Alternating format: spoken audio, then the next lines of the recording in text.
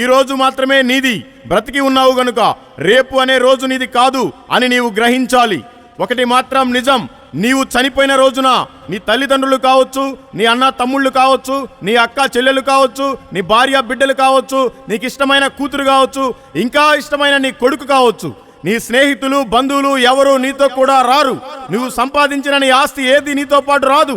నీ పలుకుబడి, నీ పేరు, నీ ప్రఖ్యాతలు, నీ వెండి బంగారాలు నీతో రావు. నీవు న్యాయంగా కావచ్చు, అన్యాయంగా కావచ్చు, అక్రమంగా కావచ్చు, కష్టపడి కావచ్చు, నువ్వు సంపాదించిన డబ్బు బ్యాంకులో ఉండొచ్చు, మీ ఇంట్లో బీరువాలో ఉండొచ్చు, ఏది నీతో పాటు రాదు. అంతెందుకు 24 గంటలు నీతో పాటు నీ జోబులోనే ఉండే మొబైల్ ఫోన్ కూడా నీతో పాటు రాదు. అన్నీ వదిలేసి నువ్వు వెళ్లాల్సిందే. కానీ నువ్వు గమనించవలసిన ఒక ప్రాముఖ్యమైన విషయం ఏంటంటే, నీవు చనిపోయిన తరువాత నీ ఆత్మ ఎక్కడికి వెళ్తుందో నీకు తెలుసా?